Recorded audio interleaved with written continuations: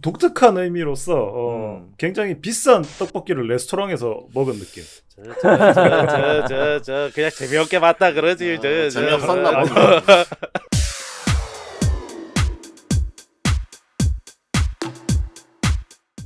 세상은 넓고 볼 것은 많다. 스마트폰부터 TV, PC, 영화관 그리고 콘솔까지 화면에 달린 것을 얇지만 넓게 대충 주워 섬기고 보는 방송. 화면에 중독된 모든 화종인들을 위한 방송.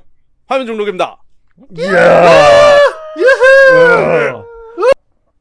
이번 화면 중독, 화면의 너의 시간에 다뤄볼 화면은 두구두구두구두구두구. 예, 최근에 개봉한 한국 영화 소리도 없이를 한번 다뤄보도록 하겠습니다. 우후! 영화 제목은 소리도 없이. 음. 한 줄 줄거리는 소리만 없을까? 재미도 없단 소리네, 진짜.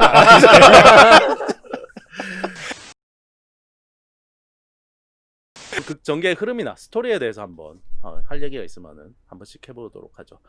네, 좀 이야기가 전반적으로 상징성을 좀 많이 내포하면서도 조금 계속 보는 내내 이중적인 감정을 들게 하는 이야기 전개가 계속됐어요. 뭐 많은 등장인물들이 누가 봐도 악랄한 범죄를 저지르면서도 등장인물들이 보면 나쁜 짓 저지른 사람들이 굉장히 성실하고 예의가 바르고 룰을 딱 정해놓고 그 룰을 딱딱 지킨 사람들이 주로 많이 나오잖아요.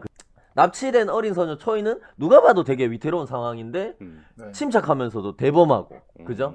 때로는 행복해 보이기까지 해. 태인하고 초이는 긍정적인 교감이 있는 듯 네. 뭐 진짜 가족이 될 것도 같은 약간 느낌을 풍기기도 하고 그쵸, 그죠? 그쵸. 네. 그런 착각을 만들고 뭐 창복의 말과 행동을 보면 태인을 정말로 아끼는 건지 아니면 이용을 해먹는 건지 보는 관객으로 하여금 끊임없이 조금 부정적인 감정하고 긍정적인 어떤 양가 감정을 계속 느끼게 하는 그런 스토리였다. 그러니까 실제로는 이야기 전개로 봤을 때는 굉장히 끔찍한 상황이고 위험한 상황인데 네. 보는 사람은 화면이 너무 아름다워서 너무 행복해 보인다던가 막 약간 네. 그런 장면들도 되게 많았던 거예요. 네. 그래도 이 영화는 그러면서도 그 모든 이야기를 객관적으로 이렇게 서술할 뿐이지 뭐가 옳고 뭐가 바르다, 뭐가 잘못됐다, 뭐 아니면 등장인물들이 어떤 의도로 이런 행동을 하고 있다, 그런 구체적인 결론을 내주지는 않더라고요. 이 영화가 보니까 그 모호함 자체하고 이 똑같은 장면을 보면서도 양가 감정이 이런 감정도 들고 이런 감정도 들게 만드는 것 자체가 이 영화가 관객들한테 전하고 싶은 스토리가 아니었나, 좀 그런 생각이 네. 좀 들었습니다. 반전이라고 해야 할지 아니면 여기 영화에서는 이 장면만 보여주기 위해서 있는 것이 구분이 좀 돼야 될 것 같은데 저는 모르겠다고 잘 안 받아들여지는 게 설명을 안 한 의미가 있는 장면이 계속 이렇게 이어지다 보니까는 그거를 파악을 못하면은 다음 장면이 그렇게 쉽게 안 와닿는다 그런 느낌인 거예요. 애니메이션 에반게리온 같은 거 자기 보여주고 싶은 장면만 있으니까 굉장히 적절한데? 그러니까 딱 와닿았어. 그래서 영화를 볼 때는 이게 해피엔딩으로 가는 건가 배드엔딩으로 가는 건가 라고 이제 좀 고민을 하게 되는데 보고 났더니 개인적으로 드는 거 뭐야 그 장면이랑 그 전개는 왜 필요했던 거지? 그리고 내가 이해를 못했나? 그러니까 그 장면을 받아들여야 하는 거지 거기에서 막 이렇게 다 그냥 뭐라죠? 모르면 외워라 라는 그런 말 있잖아요. 그 장면 자체를 그냥 이해를 하면서 넘어가야 된 영화가 아니었나. 그래서 조금 익숙하지 않은 그런 뭐랄까요 전개 방식으로 인해서 생기는 약간의 혼란이 있었던 것 같아요. 저는. 맞아요. 예. 요 영화를 좀 평가하는 사람들이 좀 독립영화 같다는 이야기들을 많이 하던데 그런 얘기를 하는 이유가 아마 이 영화가 좀 일반적인 클리셰나 약간 일반적인 그 흐름대로 좀 이어가는 영화가 아니라서 그런 얘기를 많이 하는 것 같아요. 바로 다음에 뭐 어떤 일이 벌어질지 좀 예상이 좀 안 간다는 뭐 그런 얘기겠죠. 이제 못 만들면 이제 도대체 뭔 소리가 하고 싶은 거야 막 이런 식으로 그렇지. 잘 만들면 이 영화 신선한데 약간 이런 식으로 가는 건데 저는 좀 약간 후자처럼 느끼게 되더라고요. 저는 좀 이 영화를 보면서 좀 계속 감독한테 좀 당하는 느낌이 들었어요. 내용은 분명히 나쁘고 범죄를 보여주는 장면들인데 범죄자나 그 범죄가 이루어진 장소가 너무 평화롭고 좀 평범하니까 너무 아름답고 그 장면이 네. 그죠?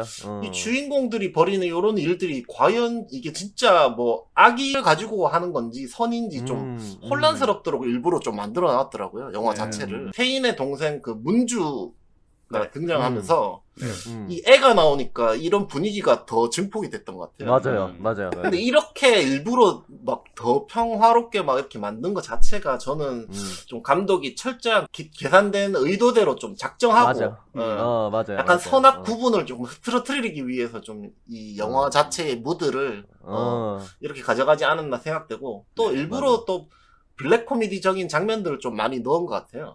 네네. 이게 심각하게 생각하면 그 음. 무서운 장면일 수도 있는 씬들을 좀 무섭지 않게 코믹하게 또는 맞아. 덤덤하게 그냥 넘겨버릴 수 있게 만든 것도 이제 음. 감독이 의도가 아니었나 생각해봤습니다. 스토리만 이렇게 그냥 줄거리만 놓고 보면은 전형적인 이제 음. 국산 신파로 흐를 수 있을 그런 내용이거든요. 막 애 그렇지, 잡아서 그렇지, 맞아요. 애랑 정이 들어가지고 헤어질 때 아이고 좀 못 보낸다 그러면서 울고 불고 그런 내용이 될 법도 한데 이거는 전혀 그런 문법을 따르지 않는 거고 기존의 한국 영화들이랑 좀 다르다는 느낌이 계속 드는데 이게 뭐 때문인가 생각을 해보니까 사실 전형적인 클리셰에 따르는 장면들은 몇 개 있어요 보면은.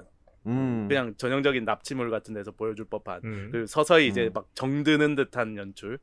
근데 이제 그 외에는 이제 뭔가 막 여기 팔려갔다가 뭐 여기 팔려갈라 그러고 이제 뭐 중간에 창복이 죽는다든가 요런 점들 그런 거에서는 이제 좀 아예 예측이 불가능하더라고요 보니까. 맞아요. 영화 보는 내내 이제 계속 밝은 톤이지만 내용은 느와르적이란 말이지.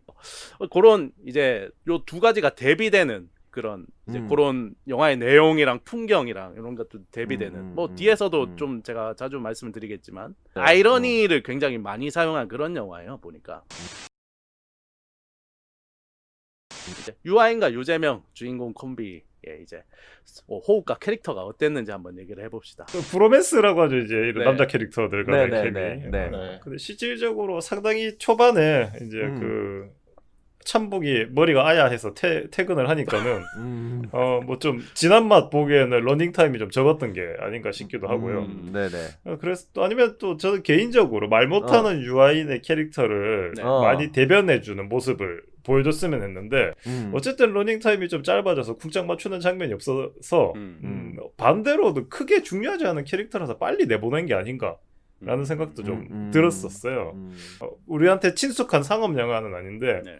그 우리나라 영화 보는 관객 입장에서 이런 거 되게 좋아하잖아요. 이 캐릭터들 간에 좀 쿵짝 맞는 거를. 네. 그렇죠. 그래서 이걸 조금만 좀 늘렸으면은 관객들하고 소통을 좀 했었을 부분이 아닌가. 좀 제가 좀 약간 오해를 했는 것 같아요. 그래서 저 이게 연기 폭이나 이런 게 좀 달랐다라고 생각한 게 아니라 생각보다 창복이 중요하지 않아서 빨리 내보낸 것 같다. 네, 그래서 좀 집중할 시간이 좀 적어가지고 네. 저는 좀 얘기할 부분이 많이 없어져 버렸어요. 아니 일단은 저는 네네. 유아인의 경우 대사가 정말 영화 내내 한마디도 없다는 점에 일단 놀랐어요. 끝까지. 그러니까 숨소리밖에 없잖아. 제가 김수볼병이 걸려서 아무리 그래도 영화가 어느 정도 진행이 되면 갑자기 말을 하겠지. 이게 결정적인 순간에 말을 하겠지. 유아인이. 초이를 어떻게 아프게 하려는 애 손을 그렇지 잡고 그렇지. 마지막 그렇지 초이 막 마지막에 이게 순간에 그런 기대가 무색하게 끝까지 대사가 없었다는 부분에 놀랐다. 근데 그렇게 대사가 없는데도 표정과 몸동작이나 뭐 호흡만으로도 충분히 보는 사람들로 하여금 태인과 어떤 태인을 둘러싼 이야기에 대해서 네. 끝까지 몰입할 수 있게 한 부분 진짜 대단하다는 생각이 들었어요. 말을 못하면 그냥 말을 못할 뿐이지 그런다고 해서 더 표정을 막 이렇게 해가지고 그쵸, 한다든가 오버해서 막 그렇게 안 하는 게 나도 좋았다. 그런 생각이 좀 들었고 또 개인적으로 저는 유재명 배우의 연기를 좀 좋아해요. 저는 이게 외모도 살짝 전반적으로 느낌이 저희 아버지를 닮아가지고 좀 친근한 느낌이 목소리나 대사 톤 아니면 딕션이 개인적으로 저는 좋아요. 유재명 배우가.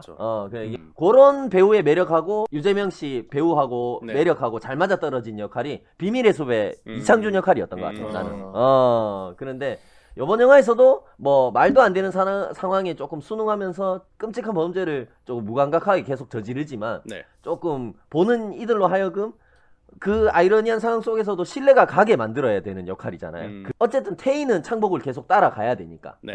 최소한의 기본적인 신뢰는 이 사람이 가지고 있어야 된다는 거지. 그런 부분에서 이 창복의 캐릭터에 참 잘 맞는 캐스팅이 아니었나 좀 그런 생각이 저는 좀 들었어요. 네. 뭐 콤비 호흡은 생각보다 뭐 잘 어울렸던 것 같고 그 말 많은 창복 캐릭터랑 말 없는 테인 캐릭터 합도 좋았던 것 같고 네. 그 영화가 바라보는 시선에서 그 테인이라는 캐릭터를 좀 더 얘기하자면 그 범죄를 저지르지만 좀 약간 어수룩하고 좀 착하게 비춰줍니다. 얘는 분명히 그 유괴된 애를 잡아놓은 유괴범인데 네. 근데 실제로 뭐 애를 혼내거나 뭐 때리거나 뭐 그런 모습을 전혀 안 보여주죠. 폭력적인 모습을 거의 안 보여줘요. 그 영화 안에서도 그 실장 붙잡혔을 때 싸대기 한 차를 때리는 거 빼고는 맞아. 그 뭐냐 자전거에 이제 애 도망가려고 그러니까 본인 몸에 같이 이렇게 묶잖아요. 이렇게 그렇게 가고 칭칭. 그냥 못 귀엽거든요. 도망가게 묶은 건데 이제 그게 좀 귀엽게 보이고 약간 그런 느낌이었어. 집으로 같은 느낌이었어. 그러니까 그리고 또 그 초이가 도망 나갔다 다시 이제 찾았을 때도 얘가 이제 왜 도망갔냐고 화를 내지도 않고 이 다친 무릎을 걱정하는 모습을 보여줘요. 그리고 또 그 아이를 팔아 넘기려다가 다시 찾아오는 장면에서도 객관적으로 놓고 보면 아직도 유괴 중인 상태인 거예요. 그 여자 경찰이랑 몸싸움을 할 때도 이 폭력적인 장면이 여기서는 솔직히 나올 법한데 그런 장면이 전혀 안 나오고 힘겨루기 하다가 이게 뭐 줄 잡아 당긴 것 때문에 이제 쓰러진 거에 맞아서 이게 기절한다. 그죠. 영화가 이렇게 계속 헷갈리게 만들어놔요. 맞아요, 얘가 맞아요. 나쁜 사람이 아닌 것처럼. 유아인 같은 경우에는 그 눈빛이 있어요. 그 특유의 눈빛. 그 약간 억울해하는 눈빛이랄까? 그 이번 역할은 이제 말을 못하는 역할에서 나와서 그런지 특히나 그 눈빛을 많이 보니까 그 약간 맞아요, 힘들어하고 맞아요. 억울해하는 듯한 그 눈빛이 아, 그래서 거기서 뭔가 감정 표현이 많이 잘 와닿았고 그리고 이제 유재명 이 창복의 경우에는 이제 뭐 이분도 연기 잘한 거야 뭐 우리가 뭐 백날 말해봐야 입 아픈데 이번 청소부 역할 같은 경우에는 이제 막 이제 남한테 굽신굽신하고 남한테 이제 말 못할 일하고 그리고 이제 비굴하지만 본인은 되게 착하게 살고 있다고 믿고 있는 그런 캐릭터잖아요. 좀 이건 좀 곁다리로 되게 웃겼던 장면은 나중에 이제 자기가 돈 받으러 가야 된다고 이 맞아. 새끼들 이거 하는 거 보라고. 근데 생각해보니까 내가 가는 게 맞아 이지라는 거예요. 그러니까 그게 이제 자기 위기 관리인 것 같아. 이제 왜냐하면 자기 맞아요. 스스로를 설득시키는 거야 그런 식으로. 맞아. 이게 자존심상 뭐 이런 걸로는 하기 싫은데 안 하면 내가 큰일 날 것 같으니까 그냥 자기 위로 그런 식으로 하는 거죠. 맞습니다. 뭐 그리고 또 그런 것도 있죠. 이제 범죄자인데 분명히. 근데 이제 아주 독실한 기독교 신자로 나와요. 그러니까 맞아요. 이제 그런 거에서 오는 아이러니도 있죠. 뭐 말이 졸라 많은 창복과 말이 아예 없는 태인. 뭐 요 두 명의 콤비가 그리고 이제 세상 졸라 세파에 찌든 듯한 창복과 그리고 사회화가 전혀 안 된 것 같은 태인. 뭐 이런 식으로 진짜 완전 반대 캐릭터로 계속 이제 둘의 대비를 계속 주는 거 이런 것들이 이제 이 영화에서 이제 볼만한 포인트들이 아닌가. 보통 티키타카라고 하면 말로 한다고 생각하는데 이게 둘은 분명히 한 명이 말을 못하는데 티키타카가 졸라 잘 돼요. 잘 되고 그렇잖아요. 있어. 맞아. 아이고 맞아. 거기가 북쪽이 아닌가 보다 그러. 막 이러면서 그 몸짓이나 이런 걸로 이게 다 표현이 되잖아. 뭐 그래서 요런 둘의 케미 호흡을 굉장히 좋게 봤다라고 이제 얘기를 하고 넘어가 보면 될 것 같네요. 좀 이야기해보고 싶은 캐릭터들, 뭐 캐릭터가 굉장히 많이 나오죠. 저는 뭐 초희랑 동생 그 문주에 대해서 좀 얘기해 보려고 하는데 그 감독이 인터뷰할 때 말할 때 그 문승아 이 배우가 그 오디션에서부터 그 다른 아역 연기자들이랑 좀 달랐다 뭐 이런 얘기를 하면서 뭐 현장에서 대사를 막 바꾸고 막 이랬는데도 당황하지 않고 이렇게 잘 해줘가지고 자기가 연출하는 입장에서 또 그 배우한테 많이 의지가 됐다 뭐 이런 말할 정도로 관객도 모두 혼란스럽고 속고 있을 때 계속 속지 않았던 건 저는 피해자였던 초이였다고 생각하거든요. 맞아요. 맞아요. 이게 약간 그 스톡홀름 증후군처럼 좀 테인을 의지하는 것처럼 보였는데 맞아. 떡밥을 실제로는 얘는 뭐 틈만 나면 도망가려고 했고 맞아. 마지막까지 좀 얘 테인을 믿지 않았던 거는 초이밖에 없었다고 생각이 들거든요. 그 왜 그렇게 생각을 들었냐면 그 마지막에 선생님 만났을 때 누구냐고 물어보잖아요. 저는 그때 솔직히 말해서 그 자기를 살려준 사람이라고 얘기를 할 줄 알았어요. 감사줄 줄 알았어. 맞아요. 다들 그렇게 그렇게 생각하지. 그렇게 얘기할 줄 알았는데 유괴범이라고 얘기를 딱 하잖아요. 그 장면에서 약간 진짜 소름 돋으면서 약간 그 초희의 첫 등장 씬부터 이제까지 행동들이 막 스쳐 지나가더라고요. 이게 머릿속에. 주마등처럼. 주마등. 주마등처럼. 다시. 그 마지막 장면에 그 부모가 나타났을 때 좀 반가운 척하는 표정에 가면을 쓰는 거 보면서 이걸 확실하게 알 수 있었죠. 맞아요. 그 맞아요. 연기를 딱 하는데 그래서 초이는 결국에는 이게 스스로를 좀 구해내기 위해서 이 잡혀 있는 내내 계속 그 연기를 한 게 아닌가 저는 그런 생각을 하게 되더라고요.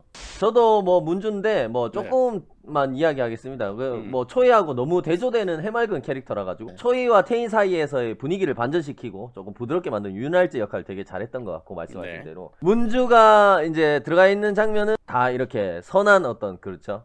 그런 결과가 나오는 장면들이 많았다 그런 생각이 들고 초이가 얼마나 위태로운 상황에 빠진 건지 조금 보는 이들로 하여금 문주가 같이 껴있으면 까맣게 있게 만들고 좀 초이의 몸값이나 깎으려 하는 부모들에게 돌아가는 것보다 마치 이곳에서 태인과 문주와 더 행복한 가족이 될 수 있을 것 같은 착각을 들게 하는 굉장히 중요한 역할을 훌륭하게 수행했다 문주가. 그렇죠. 초이 같은 경우에는 이제 뭐 딱 데뷔되는 캐릭터로 이제 동생 문주가 있는데 뭐 문주 같은 경우에는 이제 뭐 거의 짐승이잖아요. 짐승인데 초이는 반대로 이제 완벽하게 사회화가 돼 있고 가정교육도 완벽하게 딱 돼 있단 말이지. 맞아요. 그래서 이제 앞에서 계속 얘기했던 요 두 데뷔되는 캐릭터들 항상 데뷔되는 캐릭터들이 있잖아요. 그래서 요 둘도 이제 계속 둘이 데뷔가 돼 있고 이의 이제 심중이 정확히 뭘까 하는 생각이 들면서도 생각해 보면은 그런 생각도 들어요. 아 사람이면 저 납치 상황에서 기회가 생기면은 뭐 정이 들고 자시고 가네. 그냥 도망가는 게 당연하지 않을까라는 생각이 들었어요. 그래 심중이 어딨어. 살아남기 위해서 모든 정신을 집중하는 아니, 거지. 진짜 정이 들었다고 해도 엄마 아빠 당연하지. 찾아가는 게 당연한 거라는 생각이 들어요. 당연하지. 이제 들어맞는 그 우리 옛말이 있는데 똥밭에서 굴러도 이승이 낫습니다. 네. 그런 거 아니겠습니까? 예, 그렇죠. 아무리 납치돼서 뭐 정들고 뭐 그래 자유롭게 살아도 행복하게 살아봐야 부잣집에 가서 사는 게 더 좋습니다. 그렇게 되면은 애가 조금 정이 든 것 같은 모습을 보이면서도 자꾸 탈출하려고 그랬던 게 그냥 심정적으로 이런 식으로 이해를 할 수 있지 않을까. 문주가 누구의 모습을 보여주려고 있는 건지를 잘 모르겠더라고요. 약간 또 약간 그런 거예요. 일을 할 때는 말 못하는 유아인을 창복이 좀 대신해 주는 것 같고 집에 있으면은 말 못하는 태인을 문주가 좀 대신해 주려고 있는 건가? 근데 또 그런 것 같지는 않고요. 뭐 개인적으로 느끼기에는 이 문주만 좀 이 영화에서 역할이 있는 것 같아요. 또 나머지 캐릭터들은 조금 역할이 모호한데 맞아요. 문주만 뭔가 특별히 목적을 가지고 있는 것 같아서 이 문주가 나오면 이상하게 이 영화의 그런 톤이 아니라 진영적인 우리가 봤던 영화가 좀 되는 것 같더라고요. 맞아요. 진짜 전 아쉬웠던 게 그래도 조금 잘 됐으면 하는 캐릭터였었는데 문주가 엔딩이 좀 흐지부지 끝나는 바람에 어떻게 된지 몰라서 그거는 좀 답답하게 좀 끝이 났다. 이제 이 영화 전체를 통틀어서 인상적이었던 장면, 좋았던 아쉬웠던 장면들 혹시 있으면은 얘기를 한번 해보도록 하겠습니다. 저는 유재명이 어떤 자신에게 닥친 부조리한 상을 받아들이는 태도 전반적으로 그런 부분들이 조금 인상적이었어요. 굉장히 적극적으로 바꿔 태도를. 약간 그런 게 계속 떠올랐어요. 나치 예루살렘의 아이히만 쓴 그 작가 한나 아렌트가 이야기한 악의 평범성 뭐냐면 이 사람이 정말 악질적인 나쁜 사람인데 악의 진짜 최정점에 서 있던 사람인데 근데 이 사람의 주변하고 이 사람의 가족들이 이 사람을 어떻게 생각했는지를 인터뷰를 해보면 굉장히 성실하고 평범하고 공무원 같은 사람이었다라고 얘기를 한다는 거예요. 평범한 사람들이 얼마나 쉽게 이 악에 동조할 수 있나라는 거에 대해서 이 사람이 쓴 글이거든요. 이 작가가. 그게 계속 생각이 났어 나는. 그 왜 그렇게 사람들을 뭐 이렇게 나쁘게 했냐 이런 얘기를 하니까 자기는 그냥 뭐 시스템과 절차에 의해서 그렇게 했을 뿐이다. 그런 식으로 나는 내 맡은 바 임무를 충실히 했을 뿐이다. 그게 굉장히 똑같죠. 이 창복이 하는 행동하고. 그리고 또 뭐 가까스로 태인의 집에서 탈출한 초이가 그 늦은 밤에 넓은 논밭을 막 헤매다가 논길에서 지나가는 아저씨 만나가지고 경찰서에 데려다 달라고 막 얘기하잖아요. 근데 그 아저씨가 술이 이빠이 취해가지고 그러니까. 이빠이는 조금 그렇네요. 굉장히 취해가지고 자기가 경찰이라면서 내가 경찰이야 내가 경찰이야 막 이러잖아. 굉장히 수상해 보이잖아. 맞아. 그래가지고 초이 손을 막 앵글도 그 아저씨 얼굴을 막 클로즈업해 카메라가. 네. 그죠? 영화에서. 그래 초이 손 막 붙잡고 안 놔줘. 막 또 막 네. 그러니까 애가 겁을 먹어가지고 막 뿌리치고 다시 도망가 버리잖아. 그렇죠. 근데 알고 보니까 진짜 경찰이니까 그 사람이. 성과 악의 모호한 어떤 경계. 그게 얼마나 우리가 개인적이고 편협한 기준으로 결론을 내릴 수밖에 없나. 그런 거를 그 장면 하나로 딱 되게 잘 보여준 것 같았어요. 그 테인이 그 조직 이제 실장 정장 입는 네네. 장면들이 몇 번 나오는데 네. 그렇죠. 조직의 그 개새끼 실장이 입던 옷인데 정작 테인이 그 옷을 입을 때는 항상 뭐 초이를 구하러 가거나 아니면 마지막에 초이를 이제 집에 데려다 줄 때 그럴 때 입어요. 이런 것도 맞아요. 보면은 나쁜 일 하던 입던 애에서 아까 입던 옷을 입을 때는 오히려 좀 옳은 선택을 하는 생각을 해보면은 저 테인이 보기에 본인이 일상에서 볼 수 있었던 제일 대단한 사람 중에 하나가 그 실장이었던 거잖아요. 자기도 뭔가 대단한 일을 해야겠다고 결심했을 때 그 옷을 입는 것 같더라고 보니까. 대단한 사람의 옷을 입는 거지. 나도 큰 결심을 했다. 수다. 창복이 이제 내가 갈 수밖에 없을 것 같다 그래서 돈을 찾으러 가잖아요. 계단에서 떨어져 죽잖아요. 그 초반에 보면 창복이 테인에게 그런 말을 해요. 자꾸 남의 것 탐하면 지옥 불구덩이에 떨어진다고 그런 맞아. 얘기예요. 이게 이게 창복이 계단에서 굴러 떨어지는 장면이 왜냐면 남의 돈 탐하다가 결국은 떨어져 죽은 거잖아요. 그치. 그렇죠. 그렇죠. 거기 모닥불 같은 게 있어서 불이 붙었으면 완벽했는데 그게 좀 아쉽다. 그러면 차라리 그 밑에가 그거였으면 됐겠다. 고급적이게 지하 1층 불가마 사우나 뭐 이런 거였으면. 와, 그렇죠. 좋았겠다. 와, 역시 우리 김순부. 아쉬웠던 거는 이 테인이 말을 못하는 캐릭터로 나오는데 네네. 그냥 말을 못하면 원래 답답하잖아요. 네. 그 답답하다는 느낌이 저는 좀 잘 안 오더라고요. 그냥 그 보는 나도 답답해야 되는데 스크린 안에 있는 그 캐릭터들이 자기들끼리 답답한 거지. 나는 그 보고 있는 입장에서 그렇게 그게 답답하다든가 와닿지가 않더라고요. 영화가 잘 만들었는데 어느 부분에 있어서는 제가 그냥 가끔 하는 얘기인데 약간 평양냉면 같은 느낌. 섬섬한. 좋아 보이는 추측은 여러모로 가능한데 지나고 나면 좀 밍밍하다는 생각이 좀 드는 부분이 영화에 좀 많았다. 네. 조금 재밌는 장면이 있었는데 그 처음에 그 일을 그 시작하려고 할 때 그 위에 문구가 나오잖아요. 네네. 그 옷을 땀 흘려 갈아입었을 일하자는 때 거? 이렇게 뭐 땀 흘려 뭐 성실히 뭐 일하자 뭐 이런 식으로 예. 그런 게 적혀 있는데 그 창복이 죽을 때도 위쪽에 그 문구가 써 있더라고요. 글이 편안히 하늘로라고. 돼 있어요. 편안히 하늘로. 좀 위트 있어 보이더라고요. 저는 좀 신선. 다른 장면에서는 그렇게 막 복잡하게 꼬고 꼬더니 그냥 그런 부분에 있어서는 너무 그냥 1차원적으로 보여주는 장면이 저는 어떻게 보면 좀 신선하더라고요. 근데 그렇게 1차원적으로 보여줄 것 같았으면 우리 김수불님 그 지옥불 불가마 그게 나왔을 것 같다. 아니, 벽에다가 불꽃을 그려놓은 건 어땠을까? 그죠. 지옥불 불가마 진짜 괜찮았을 것 같다. 이 영화의 최대 장점과 단점들 간단하게 한 번씩 얘기를 해봅시다. 뭐 일반적으로 메시지를 담은 영화들 같은 경우에는 보고 나서 좀 많은 걸 생각하게 되는데 동시에 그 자극적인 부분이 좀 많기 때문에 보고 나서 좀 찝찝한 경우도 많아요. 근데 이 영화는 좀 찝찝하지 않으면서도 좀 많은 생각을 하게 만든다. 뭐 그런 게 장점인 것 같고 단점은 표면적으로는 좀 평화롭고 평범해 보이기 때문에 뭐 범죄를 정당화시켜 보일 수도 있다. 자극적인 느낌이 아니라서 좀 재미없다고 느낄 수도 있다는 게 뭐 어떻게 보면 또 그것도 단점이기도 하죠. 먼저 단점은 저는 모호함이라고 생각해요. 근데 단점? 이 영화의 특유의 어떤 모호한 연출은 영화의 색깔과 특징을 만들어주는 부분이라고 또 생각해요, 저는. 네. 그런데 취향에 따라서는 그게 최대의 단점이 될 수도 있다. 그리고 기존 상업 영화들의 어떤 화법에 조금 익숙한 관객분들이라면은 그래서 그 마지막에 어떻게 된 건데 도대체 그래서 그쵸. 그런 게 있을 수 있지. 좀 구체적인 어떤 그죠? 이렇게 되었습니다. 짠짠 이런 그런 걸 원하는 사람들도 많거든 솔직하게 얘기하면. 그런 거에 대한 조금 적응이 안 되는 분들이 분명히 있을 수 있다. 그런 생각이 좀 들었고 그리고 제가 느낀 제일 최대 장점은 아름다운 영상미하고 미장센 요게 최대 장점인 것 같아요. 사실 그거가 주는 어떤 이야기 전개하고 아름다운 그림이 주는 괴리감도 굉장히 크게 느껴지도록 만들어 놓은 영화인데 네. 구조적인 문제를 차치하고 나서 그냥 영상만 봐도 진짜 아름다운 영화예요. 이 영화는. 최대 장점과 단점이 공존한다고 할 수 있을 것 같아요. 그래서 네네. 마치 그 장점과 단점이 공존하는 네. 양면의 효자손 같은 효자손? 양면의 효자선은 뭐죠? 이제 이 영화의 이제 최대 장점은 생각할 게 많다. 이중성, 모호함, 해석의 자유. 맞아. 네. 단점 또한 생각할 게 많다. 모호함, 이중성.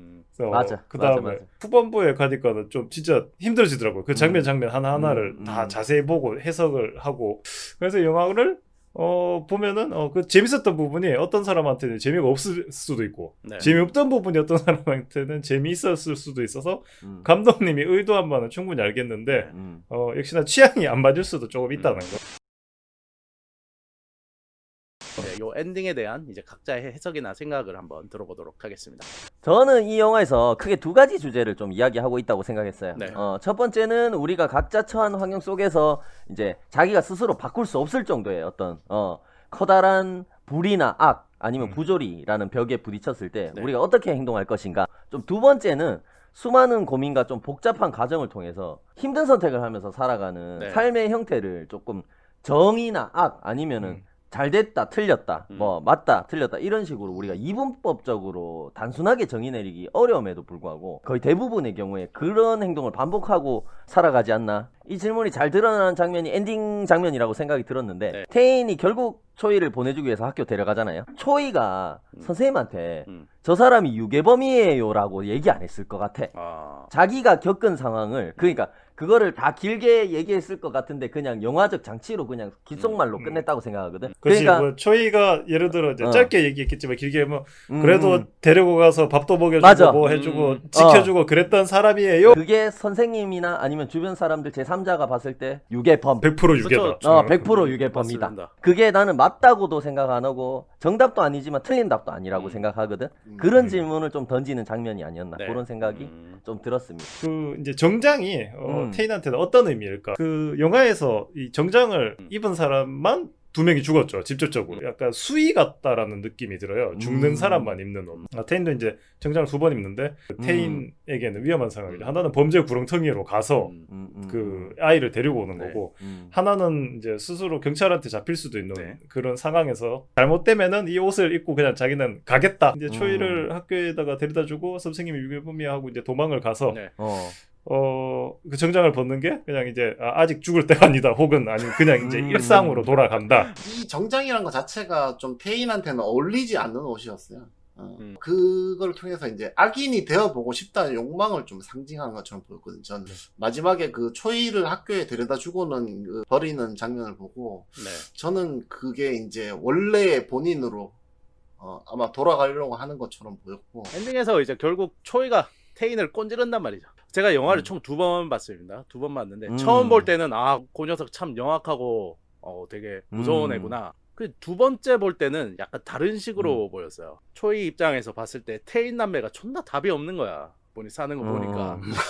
특히나 문주 쟤는 저렇게 살다가는 진짜로 뭐 사회에 나가지도 모글리 못하고 된다. 그냥 모글리. 저렇게 살다 갈 것 같은 거죠. 얘가 신고해서 문주는 뭐 어디 시설로 보내는 게 최선이라고 생각한 거 아닐까라는 생각이 좀 들었어요. 뭐 그렇지. 오빠가 잡혀 들어가면 뭐 어디 시설로 보내지거나 해서 차라리 그게 더 사람답게 사는 거 아닐까라고 생각을 하지 않았을까라는. 최종적으로는 태인과 초이 그리고 이제 창복까지 모두 감옥으로 갔다고 생각을 합니다. 태인 같은 경우에는 진짜 감옥을 갔겠죠. 그리고 초이는 이제 집이라는 감옥으로 갔죠. 왜냐하면 그런 언급이 있었잖아요. 아들을 원래 이제 데리고 왔어야 되는데 딸이라고 뭐 씨발 뭔가 깎으려 그런다고 막 그런 얘기 있었잖아. 그리고 마지막으로 창복은 뭐 불에 타 죽진 못했지만 어쨌든 기독교인으로서 남의 돈을 탐했으니 이제 본인 피셜에 따르면은 불구덩이 지옥이라는 감옥으로 가셨겠죠. 각자 총평하면서 마무리하겠습니다. 독특한 의미로서 굉장히 비싼 떡볶이를 레스토랑에서 먹은 느낌. 저 그냥 재미없게 봤다 그러지. 재미없었나 보다. 뭐 영화를 보면서 좀 감독한테 깜빡 속아 넘어갈 뻔했던 것 같습니다. 다음에도 기분 좋게 이렇게 속여주는 영화 만들어줬으면 좋겠습니다. 유괴범이 맞다. 누가 봐도 맞죠. 네. 뭐 다음 영화 기대가 되는데 부산행 반도의 연상호 감독님이랑 사냥의 시간 윤성현 감독님 요 전차를 안 밟았으면 좋겠다 라는 생각이 들고 다음 작품 기대를 하도록 하겠습니다. 네, 이상으로 화면 중독 소리도 없이 편을 마치도록 하겠습니다. 그럼 지금까지 들어주신 청취자분들 들어주셔서 감사하고요. 안녕히 계세요. 감사합니다. 감사합니다.